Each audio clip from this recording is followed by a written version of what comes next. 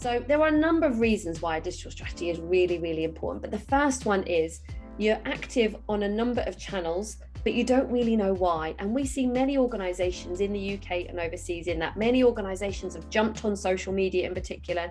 They might have jumped on live streaming, they might have jumped on YouTube, they might have jumped on Facebook or even on a website, but they don't really know why. They know they should be on there, but they don't know what success looks like. The thing that people often tend to focus on is more traffic. More traffic does not equal more business. The right traffic and in your engaged traffic to your organization on your website leads to more business. I would always much rather get more business from the existing traffic I have on my website than trying to just chuck in more traffic at the top. Because many organizations jump on, okay, we're on digital marketing, we want to start generating business, but they focus on the organization's needs. Now, absolutely, we need to focus on the organization's needs. The organization's needs might be that we want to grow our profit to £100,000 as an example, or we might want to grow our sales to £40,000 a month. But guess what? How many of us go online to be sold to? I don't, and my guess is you're probably shaking your head as well.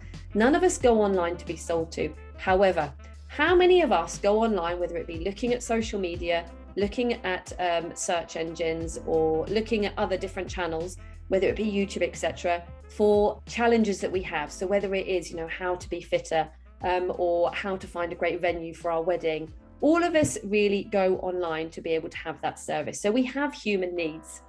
Now, the real success there is aligning your organizational needs to the human needs of the person. And when you find that sweet spot in the middle, which can be done in a digital strategy, and we do go into a lot of detail into that in our training sessions, that is where the sweet spot is. And that's where organizations like Amazon, organizations like Eurostar, organizations like KLM really find that sweet spot in the middle. And that's where they really have success online, because they're not just trying to sell.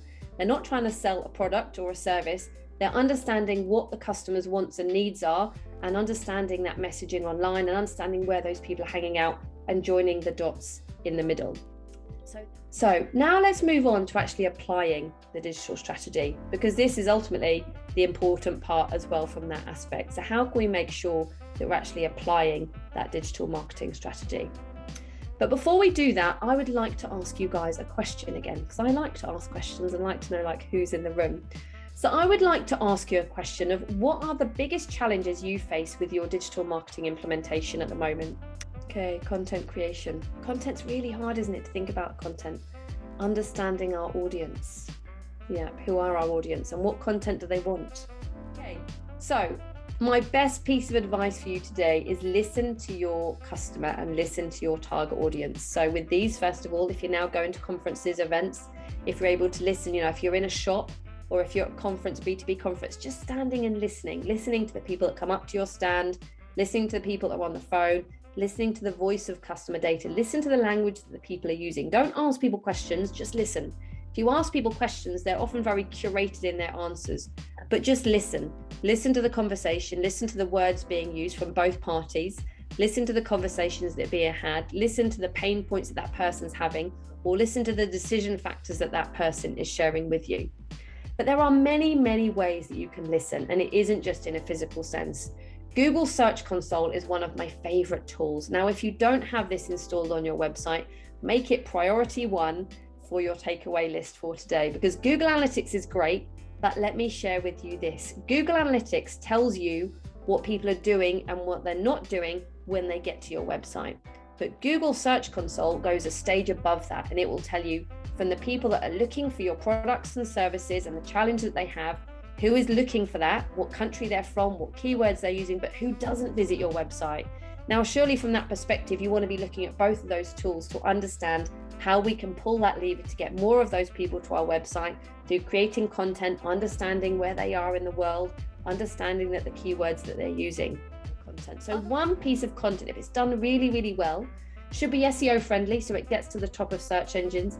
You can turn it into a piece of video content. You can use it for email marketing. You can use it for social media. You could use it for a webinar. You could use it for a live stream. You could use it for a web podcast. So straight away, one piece of content done really, really well and maximized and obviously adapted to the channels can generate you a huge, huge amount of business. And again, regardless if you're B2B or to C, this is where the magic happens. Make sure that you know what your objectives are. Align to your objectives where you are in the sand at the moment. So how much traffic you get to your website, how many sales you're getting from your website, how many inquiries you're getting from your website. If you're doing webinars, how many signups are you getting for your webinars and how are they generating to sales? How much traffic you're getting from your paid campaigns and what's your conversion rate? Make sure you have a core set of KPIs. In an ideal world, I would focus back on that. I would build all of those stats for the last 2 years. Given that in the last 12 to 24 months, there is definitely seasonality's gone out of the window, but you might see some peaks and troughs that might show some seasonality. But please don't go jumping on improving things if you haven't measured where you are at the moment, because in a couple of weeks' time or in a couple of months' time, you're not going to know if you've made any difference, because if you didn't measure before you started, how are you going to know the tangible benefit on things in terms of improvement?